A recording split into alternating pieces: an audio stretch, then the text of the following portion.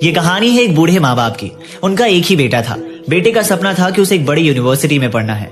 बेटे के सपने को पूरा करने के लिए माँ बाप दिन रात मेहनत किया करते थे। उसके पिता डबल शिफ्ट में काम किया करते थे और माँ भी घर घर जाकर नौकरी किया करती थी ताकि वो अपने बेटे को पढ़ा लिखा कर कुछ बना सके।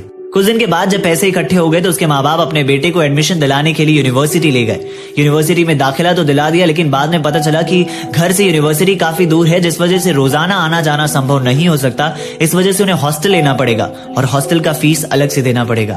ये सुनकर माँ बाप निराश हो गए क्योंकि हॉस्टल के लिए पैसे उनके पास नहीं बचे थे। तभी माँ ने अचानक से कहा कि आप मेरे बेटे का दाखिला कर लीजिए, मैं आपके हॉस्टल के फीस भी भर दूंगी। माँ घर पर आती है और अपने पति से कहती है कि ये मेरे गहने आप गिरवी रख दीजिए।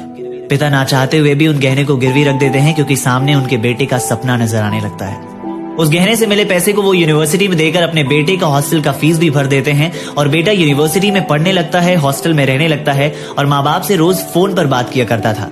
एक दिन घर की बनी देसी घी की मिठाई और पराठे लेकर माँ बाप अपने बेटे से मिलने उसके हॉस्टल जा पहुंचे। वो बेटे से मिलने ही वाले थे कि तभी बेटे के साथ एक लड़की भी थी। उस लड़की ने कहा कि हे बड़ी, हुआ दे।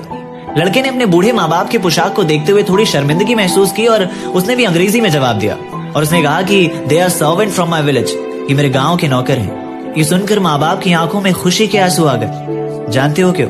क्योंकि उनका बेटा अंग्रेजी बोलने लगा था। अर्थात आजकल की ऐसी शिक्षा और ऐसी ज्ञान का क्या मतलब जो अपने माँ बाप की कदर करना भूल जाए। आज कदर कर लो अपने बूढ़े माँ बाप की, उन्हें नजरअंदाज मत करो।